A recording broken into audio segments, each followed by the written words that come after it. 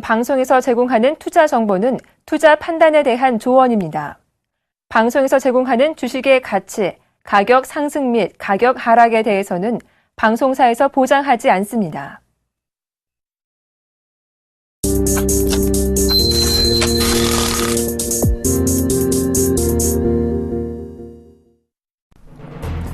블라디미르 푸틴 러시아 대통령은 야누코비치 우크라이나 대통령의 실밥을 가져온 야권의 권력 대체를 반헌법적 쿠데타이자 무력에 의한 권력 장악이라고 규정지었습니다. 푸틴 대통령은 모스크바 외곽에 있는 관저에서 기자회견을 열어 우크라이나에 대한 어떤 개입도 국제법의 틀 안에서 합법적으로 이루어질 것이며 러시아인들을 보호하기 위해서만 군사력 사용을 결정할 것이라고 밝히고 무력 사용은 최후의 수단으로서의 선택이 될 것이라고 강조했습니다. 또 현재로서는 러시아가 우크라이나에 군대를 보낼 필요가 없지만 러시아와 우크라이나 시민을 보호하기 위해 모든 수단을 쓸 권리가 있다고 덧붙였습니다. 뉴욕 증시가 우크라이나 크림반도를 둘러싼 러시아와 서방의 갈등에 대한 우려가 완화되면서 급등했습니다. 다우지수는 전날보다 1.41% 오른 16,395.88의 거래를 마쳤습니다. S&P 500 지수는 1.53% 높은 1,873.91을 기록하면서 사상 최고치를 경신했고 나스닥 지수는 1.75% 뛴 4,351.97로 장을 마쳤습니다. 푸틴 러시아 대통령이 우크라이나에 군대를 파견하지 않겠다고 한 기자회견이 호재로 작용했습니다.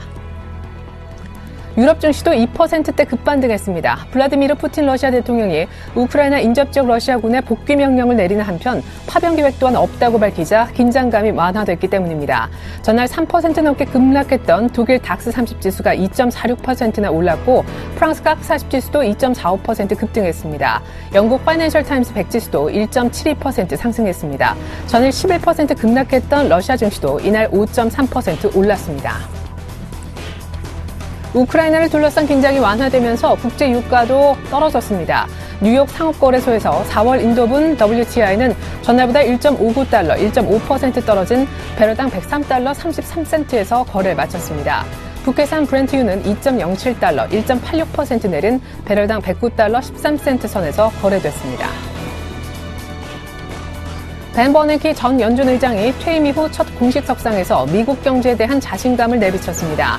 마켓워치에 따르면 버냉키 전 의장은 아부다비에서 개최된 컨퍼런스에서 미국 경제는 올해 3% 성장률 궤도에 올라와 있다고 언급했습니다.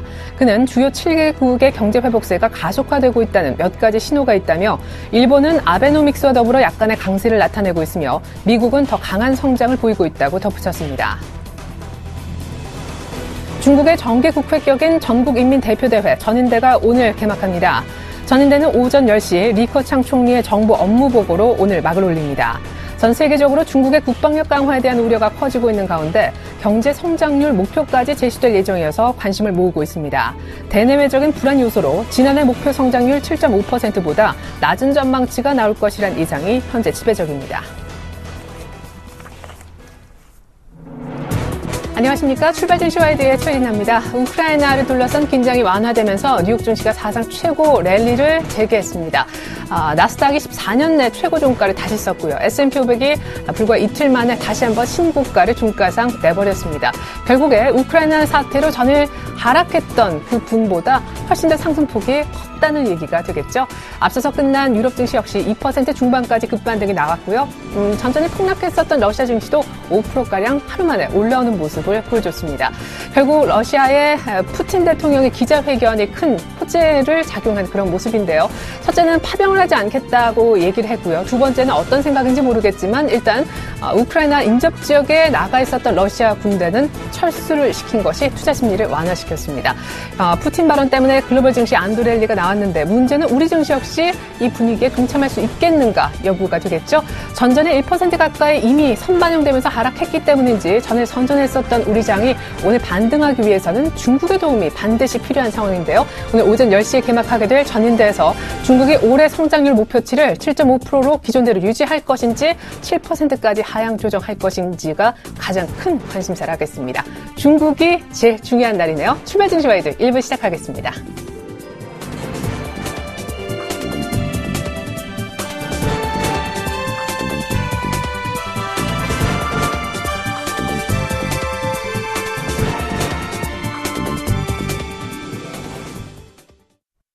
샘플러스 신청한 전문위원과 함께하는 시간입니다. 청송촌놈의 증시타파 대표님 만나보죠. 신청한 대표님 안녕하세요. 예, 에레나님 안녕하십니까. 그리고 전국 시청 여러분, 그리고 외국 여러분, 각 증권사의 판매분 여러분, 외국 증권사 외국인 여러분, 그리고 증권사에서 악평 보투하시는 우리 동료 여러분 반갑습니다. 청송촌 신청원입니다. 네, 전일 개장하기 전에 단타는 가능할지 몰라도 하루 만에 곧바로 반등 나오기 어렵겠다 하셨는데 어찌 그리 정확한 또 분석을 주셨는지 모르겠습니다.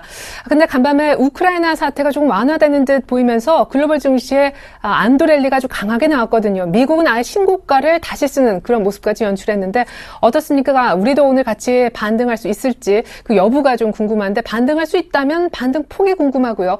그렇지 않다면 오늘 갭 상승할 때 따라서면 안 되는지 구체적인 전략도 들어보겠습니다. 중국이 변수가 될 거라고들 하던데요.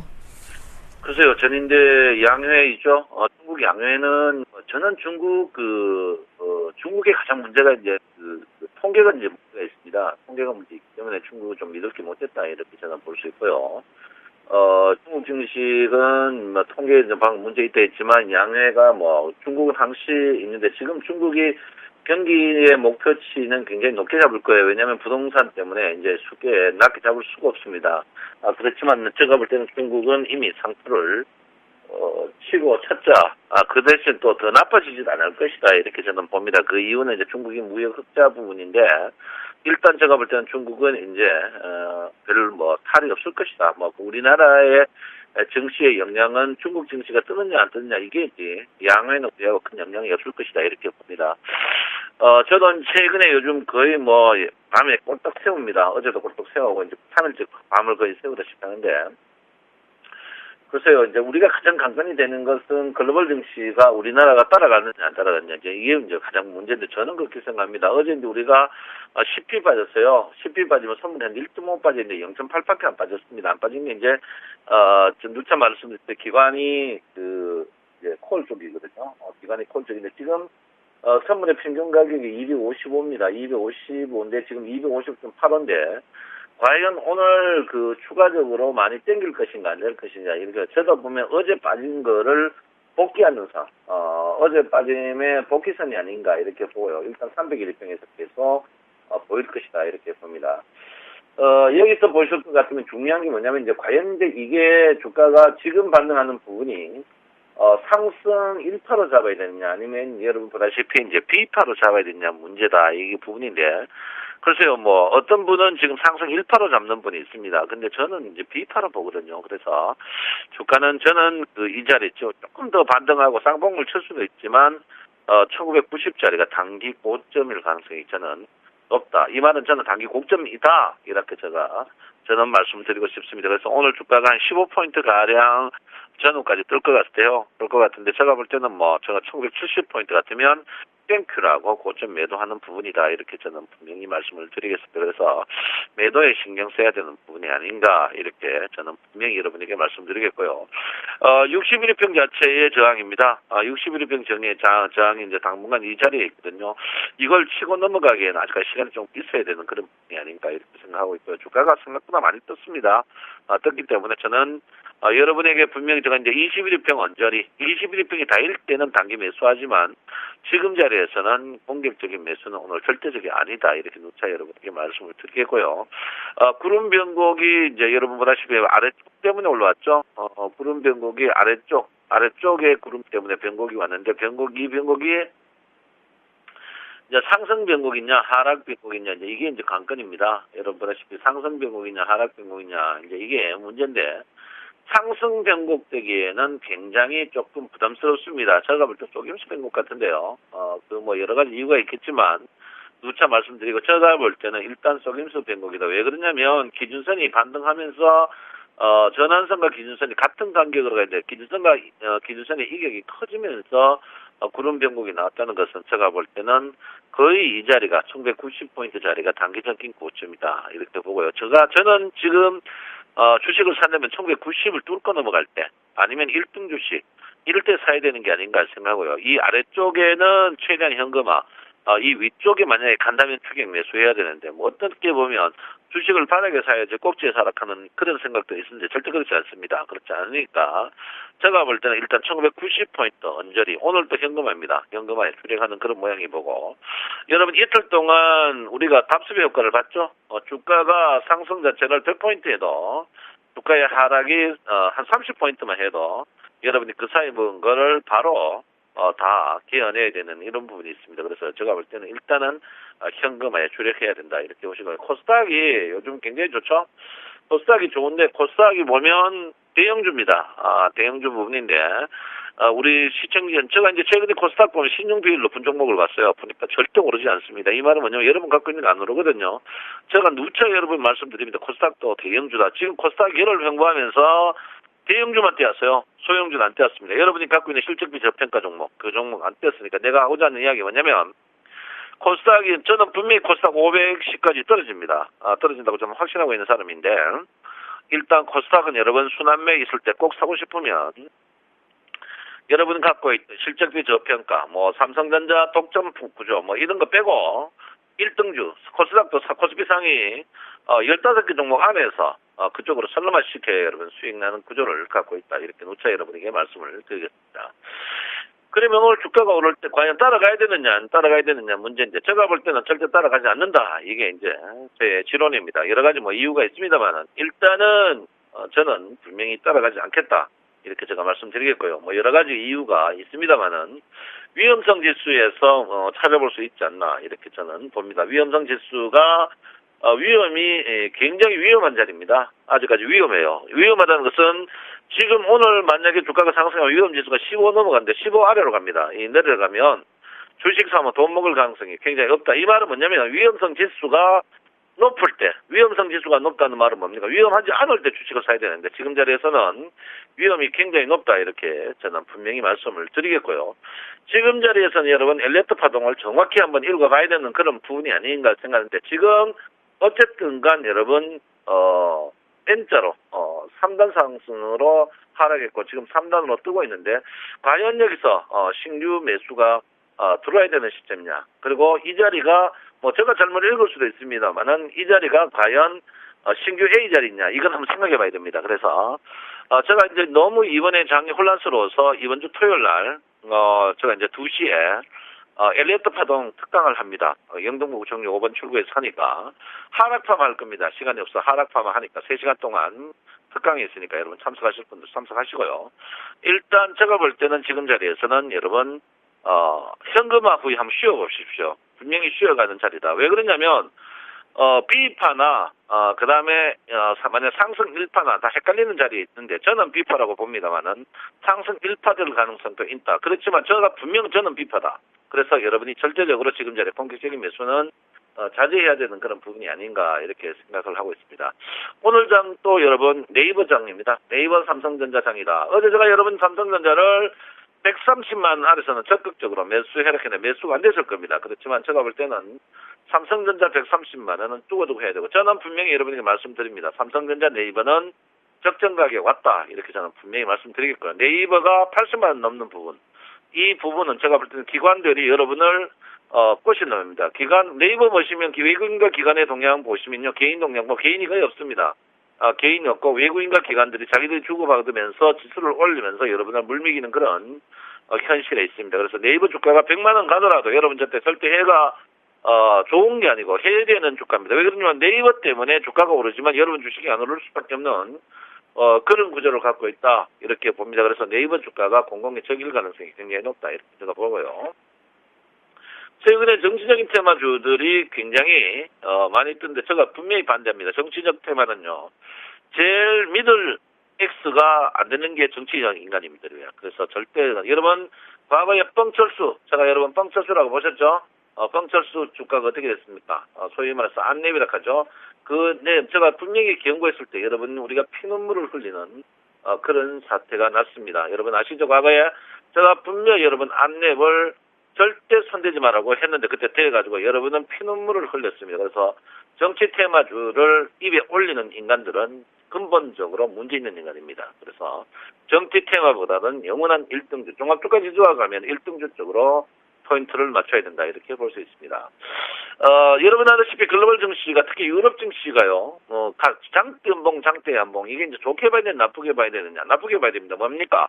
특히 고점에서 살 사람 다 사고 팔 사람 다 파는 그런 부분이다. 이렇게 보는데 제가 볼 땐 다우존스 지수도 마찬가지입니다. 다우존스 지수가 무거운 거는 고점에 헤드앤솔드로 그런 부분이고요.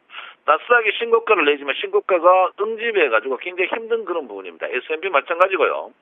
반도체주 마찬가지입니다. 제가 볼 때는 미국도 거의 상투에 왔습니다. 그렇지만 급락은 안 나오지만 단기 고점이라고 저는 단기 고점이 중장기 고점입니다. 중장기 고점이다 이렇게 보니까 여러분들 지금 자리에 미국을 믿지 마십시오. 절대 미국을 믿을래라 안 됩니다. 그리고 여러분 아다시피 중국도 믿을 게 못 됩니다. 믿을 거는 여러분 자신밖에 없다. 이럴 때일수록 1등주에 포인트를 맞춰야 된다. 이렇게 제가 누차 여러분에게 말씀드리고 절대적으로 오늘은 쉬어가는 자리 공격적입니다. 제가 하락할 때 안 파고 또 하락할 때 안 사고 또 오늘 또 벌거지니까 사는 분도 있는데 절대 사시면 안 됩니다. 오늘은 여러분 진짜 쉬어야 되는 그런 부분이다. 이렇게 제가 누차 말씀드리겠습니다.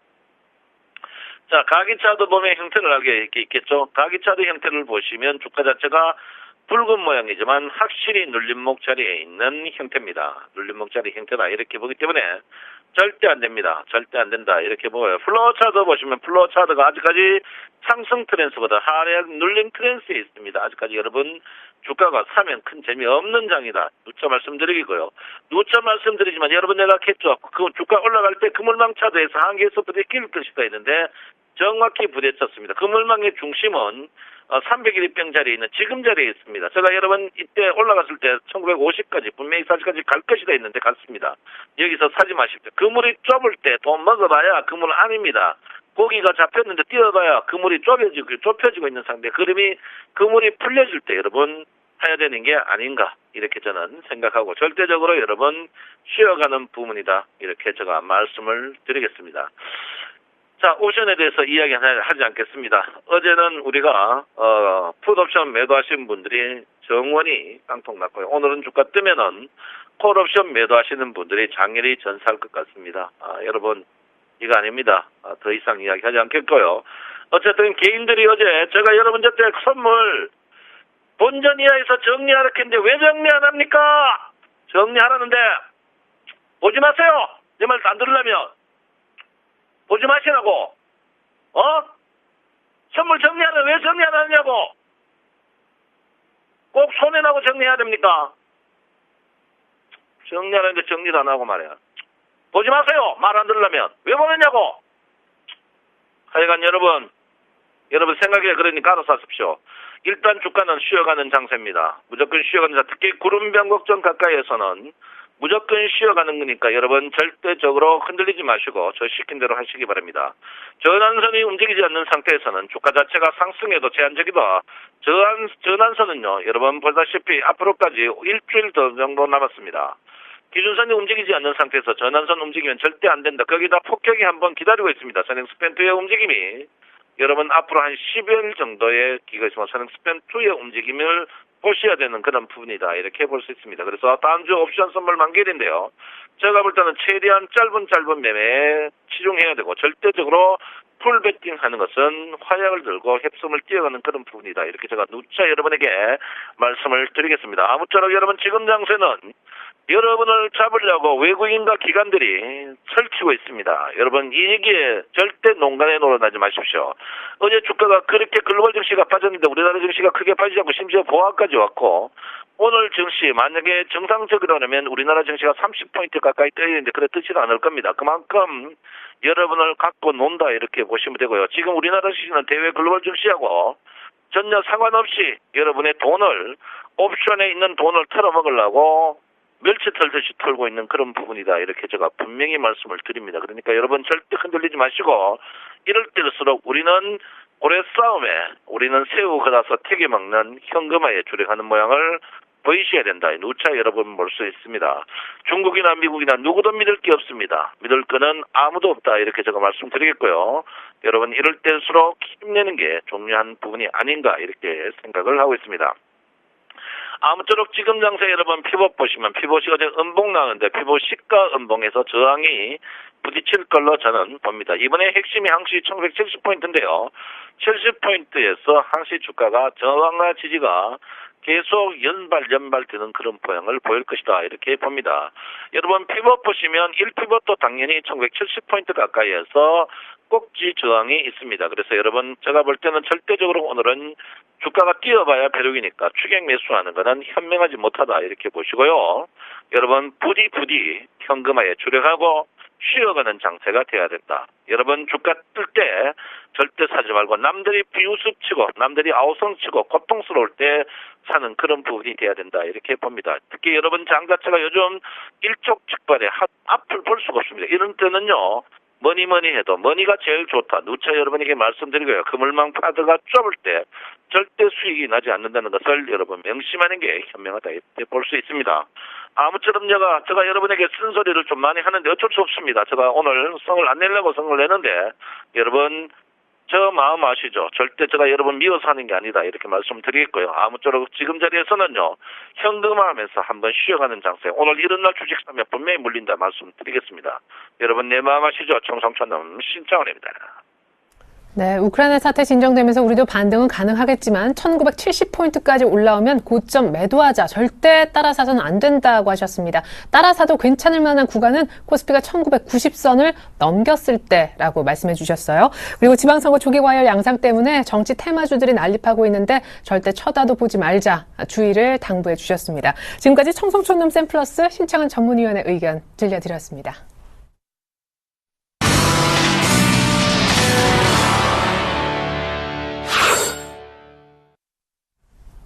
오늘의 상한가 예상 종목 미리 알려드리고 있습니다. 이드코의 상한가 팩토리 시간이네요. 멘토님 만나보죠. 안녕하세요. 반갑습니다. 네, 셀트리온의 급락에도 불구하고 의외로 코스닥이 531선까지 일단 회복을 했고요. 코스피는 121일평 도전하다가 무산되면서 1950까지 처져 있는 그런 상황인데 시장 한번 살펴주셨으면 좋겠고요. 기존 추천주 가운데 스카이라이프는 쌍바닥에 지지가 되나 좀 의구심이 들지만 RF텍이 추천한 지 일주일도 채 안 돼서 기술적 반응이 아주 세게 전일 7% 급등이 나와 목표가에 거의 근접했습니다. 이제 슬슬 팔아야 할지 AS와 시장 얘기 먼저 들려주시죠. 네, 일단 어제 상당히 의외로 시장이 연출이 됐었죠. 코스피 시장은 소폭 그런 하락하는 모습이었지만은 코스닥 지수는 지속적으로 좀 말씀을 드렸던 531포인트를 돌파하는 그런 움직임이 나오면서 상당히 좀 익사이팅한 장이 좀 연출이 됐었는데 어제 장을 보고서 이런 느낌을 받았습니다. 역시나 2011년도부터 악재가 나왔을 때 눌림 매수로 대응했던 시장 상황이었는데 역시나 이번에도 그런 학습 효과가 나온 게 아니었나. 그러니까 무슨 얘기냐면 차트를 좀 보면서 설명을 드리면 지금 보시는 게 코스피 월봉 차트입니다. 월봉 차트에서 제가 진하게 표시된 2평 라인이 60월봉선인데 2011년도에 미국 신용등급 강등 때 지수가 급락할 때도 정확하게 60월봉선을 지지하고 아랫꼬리를 달고 상승하는 모습이 연출이 되면서 재차 2000포인트까지 급등한 그런 상황이 있었었고요. 그리고 2012년도에도 미국의 양적 완화에 대한 불확실성 속에서 아랫꼬리를 달고 재차 2000포인트까지 상승하는 그런 모습이 나와졌는데 중요한 포인트들이 있죠. 2009년도부터 전저점을 이탈하지 않고 저점 지수대를 높이면서 상승이 좀 나아졌다는 것입니다. 해서 이번 2013년도에 지속적으로 시리아 사태 그리고 양적 완화에 대한 불확실성으로 인해서 지수가 이번에도 2013년도에도 하락을 했지만은 정확하게 60월봉선을 지지하면서 지속적으로 좀 유지가 됐다라는 점 그리고 2000포인트, 2063포인트까지 정고점을 또 한 번 돌파하는 모습이 좀 나아졌기 때문에 이번에 우크라이나 사태 그리고 북한발 리스크로 인해서 지수가 하락은 했지만은 60월봉선을 이번에도 재차 지지를 하면서 2월달 캔들 자체가 일단 양봉의 모습으로 좀 나아졌기 때문에 지난 4년, 5년간의 학습 효과를 무시하고 넘길 수 있는 그런 상황은 아니지 않나라고 좀 강력하게 좀 말씀을 드리겠습니다. 해서 어제 좀 제가 말씀을 드렸던 게 1940포인트까지 지수가 하락한다라고 가정했을 때는 눌림 매수로 보는 게 맞다라고 좀 말씀을 좀 드렸었는데 그 부분의 정확한 포인트가 뭐냐면 2007년 MB 정권이 장성되기 전에 지수가 2300포인트까지 상승했었던 그런 이력이 있었고 그 이후에 리먼 사태가 터지면서 900포인트까지 하락을 했지만은 2012년도 대선까지의 지수가 거의 150% 가까운 상승이 좀 나와줬기 때문에 저 개인적인 생각은 이번 하락 패턴만 잘 넘기면 차기 대선이죠. 2017년도까지는 2년간, 3년간의 그 대세 상승이 나올 수 있는 그런 상황이지 않나라고 좀 생각이 됩니다. 해서 과거 2009년도부터 북한발 리스크라든지 외생적 변수로 인해서 지수가 하락을 했지만은 학습효과 청기 측면에서는 눌림 매수. 그러니까 지수의 하락이 악재로 작용됐던 것이 아니라 거꾸로 악재가 호재로 작용이 되면서 선반영된 측면들이 학습효과로 인해서 우리가 그동안에 봐왔던 그런 상황들이었기 때문에 우리가 그 부분을 투자자분들께서 중요한 그런 포인트의 관점에서 본다면 이번에 하락 너무 두려워하거나 크게 겁먹지 않아도 될 그런 상황이지 않나라고 좀 생각이 됩니다. 해서 저는 이번 상승과 하락 자체가 대세 상승으로 가는 그런 과정이기 때문에 지속적으로 우리 지수에 대한 긍정적인 관점은 변치 않아야 된다라고 좀 말씀을 드리겠고요. 해서 종목들도 상당히 좀 지금 집중해야 될 시기에는 틀림없는 그런 사실인 것 같은데 제가 어제 종목들 여러 가지를 말씀을 드리면서 KT하고 스카이라이프 스카이라이프 정도를 좀 말씀을 드렸는데 일단 이 두 가지 종목 좀 말씀을 드리면서 바닥권에 있는 종목들을 매수 준비하자라고 좀 말씀을 드렸었고 어제 KT 같은 경우에는 말씀드렸던 28,000원 부분 28,000원 부분 뜨리바닥까지 내려오는 모습이 나왔었죠. 그래서 어제 말씀드렸던 다중 바닥에 대한 그런 월봉상 쓰리바닥 쓰리바닥에 대한 부분 지지 여부 확인하자라고 좀 말씀을 드렸기 때문에 오늘부터는 그 부분을 체크하면서 대응하면서 모항하는 전략으로 지속적으로 좀 보시는 게 맞다. 유효하다라고 좀 말씀을 드리겠고요. 그리고 스카이라이프 같은 경우가 어제 상당히 좀 아래꼬리를 달면서 급락에 대한 부분 3% 가까이 하락이 좀 나와줬기 때문에 이 스카이라이프 같은 경우에는 일단은 매수가에 정리하는 전략을 수정하면서 대응하는 게 바람직해 보입니다.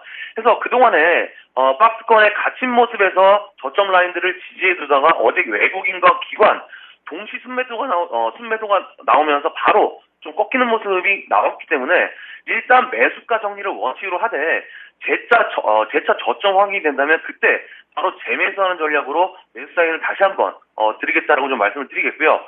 그리고 RF텍이 어제 한 7% 정도 7% 정도 상승하는 모습이 좀 나왔었죠. 제가 이 RF텍은 OLED 관련주들, 그리고 미디어 플렉스라든지 NC소프트들, 급락이 나온 이후에 급반등을 노리는 종목이다라고 좀 말씀을 드렸었는데, 어제 7% 가까운 급등이 나왔었고, 제가 이 RF텍을 설명드리면서 이런 말씀을 드렸습니다. 그러니까 제가, RF텍에 대한 실적 부분을 전화를 통해서, 주담을 통해서 확인을 하면서 실적이 곧 나올 것이다라는 내용을 좀 접했는데, 그 이후에 다음날 바로 실적 악화가 나와주면서 하락은 했지만은 재차 5% 가까이 급등해주는 모습이 나왔었고 실적이 나오기 전에 장대연봉 그러니까 쌍봉 13,350원과 13,300원의 쌍봉 이후에 장대연봉 그러니까 실적이 나오기 직전에 장대연봉이 나와줬기 때문에 이 부분은 내부자 정보를 이용한 상황이 아니고서야 먼저 이런 포지션은 나올 수 절대로 없다. 라고 좀 말씀을 드렸었고 이제는 증권사에서 레포트가 긍정적인 내용들이 나와줄 때가 됐다. 라고 좀 분명히 말씀을 드렸었는데 하나증권에서 RF텍에 대한 긍정적인 레포트가 나와줬었죠. 상당히 좀 어이가 없었습니다. 내용은 알고도 상황을 정확히 알고도 이런 어이없는 시나리오로 상승이 좀 나와줬다는 게 투자자 입장에서는 상당히 좀 개탄스럽게 좀 짝이었는데 어찌됐건 한 7% 이상 상승이 좀 나와줬기 때문에 목표가로 근접했던 그러니까 12,000원 부분 오늘 정도 추가 상승이 나와준다면 바로 매도하는 전략으로 수익을 챙긴다는 부분 잊지 말고 대응하자라고 좀 말씀을 드리겠고요. 그리고 오늘 같은 경우에도 그동안에 급락 후에 기술적 반등을 노리고 수익을 맛본 그런 종목들이 좀 많은데 그 연속성의 상황에서의 지수의 반등 그리고 하락 후에 급반등이 나올 수 있는 종목 바닥권에 있는 종목 말씀을 드리겠고요. 종목명은 디스플레이텍입니다. 이 디스플레이텍은 이 LED 모듈 쪽에서 주력으로 생산하고 있는 업체이고요. 지난해 양호한 실적에도 불구하고 실적 발표 이후에 급락이 나오면서 상당히 좀 가파른 하락폭이 좀 나왔기 때문에 하락에 대한 되돌림 파동 노려본다라고 좀 말씀을 드리겠고요. 그리고 기술적으로 좀 보더라도 제가 이 종목을 며칠 좀 지켜봤었는데 지속적으로 저점 라인을 이탈하지 않고 어제 양봉이 나오는 모습입니다. 그래서 이번에 재차 반등권에 들어온다면 7,900원 정도까지 7,900원 정도까지는 단기 반등권에 좀 들어올 것으로 좀 예상이 되고 있습니다. 그래서 목표가나 7,900원 정도, 손절가는 전저점이죠. 7,170원 정도로 잡으셔서 그동안의 수익을 냈었던 패턴, 급락 후에 급반등을 노릴 수 있는 기술적 패턴 잊지 말고 공략해 보자라고 좀 말씀을 드리겠습니다. 오늘 사우카 팩트는 여기까지입니다. 고맙습니다. 네, 목표가에 거의 근접해오고 있는 RF텍 오늘 12,000원 터치할 경우에 예정대로 수익 실현을 했으면 하셨고요. 스카이라이프는 오늘 시초가에 매도하는 쪽으로 전략을 수정해 주셨으며 반대로 오늘 상한가 예상 종목 디스플레이텍은 시초가에 들어가서 8,000원 부근까지 노리는 가격대까지 잡아주셨습니다. 지금까지 이두코 멘토님과 함께 해봤는데 간밤에 블라디미르 푸틴 대통령의 기자회견 발언 더 이상의 우크라이나 쪽 러시아군의 파병은 없다 얘기 때문에 글로벌 증시가 급반등하는 안도랠리가 펼쳐졌었죠. 우리 증시 코스피도 같이 웃을 수 있을지 여부는 중국을 잘 살피면 결과가 나올 것 같습니다. 10시부터 개막하는 전인대에서 중국의 경제 성장률이 7.5%로 유지될지 7%까지 낮아질지가 관건일 것 같습니다. 잠시 후 2부에서 뵙죠. 고맙습니다.